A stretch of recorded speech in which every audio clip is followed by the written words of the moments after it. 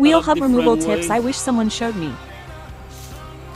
Sledgehammer, air gun hitting, but I came up with this. Why Michigan mechanics should get paid more? That make it a lot easier. So right now it's free. I gave up with all the Cut it tools I off. have, about to run to O'Reilly's to get bigger hammer. And then I use the bolt and nut to pull it out, force it out.